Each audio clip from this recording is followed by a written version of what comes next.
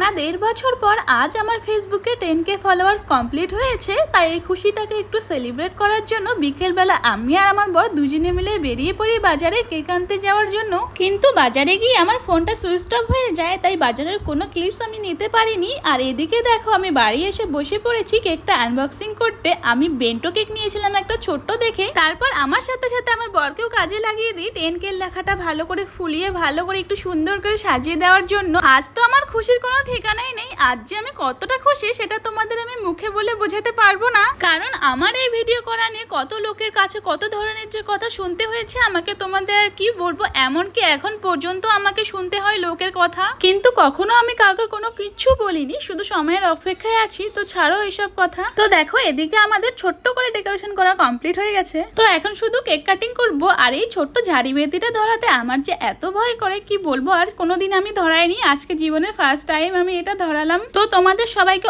অনেক অনেক অনেক থ্যাংক ইউ আমার ফেসবুকে 10K কমপ্লিট করে দেওয়ার জন্য। এভাবেই তোমরা সবাই আমার পাশে থেকো আর অনেক অনেক অনেক ভালোবাসা দিও আমাকে। তো এদিকে আমার কেক কাটিং কমপ্লিট হয়ে গেছে। তো তোমাদেরকে প্রথমে দিয়ে তারপর আমি নিজেও খেয়ে নিলাম, তারপর এদিকে দিয়ে দিলাম আমার বরমশাইকে। তো আজকের জন্য ভিডিওটা এতটুকুই থাক। তো চলো দেখা হচ্ছে নেক্সট ভিডিওতে, বাই।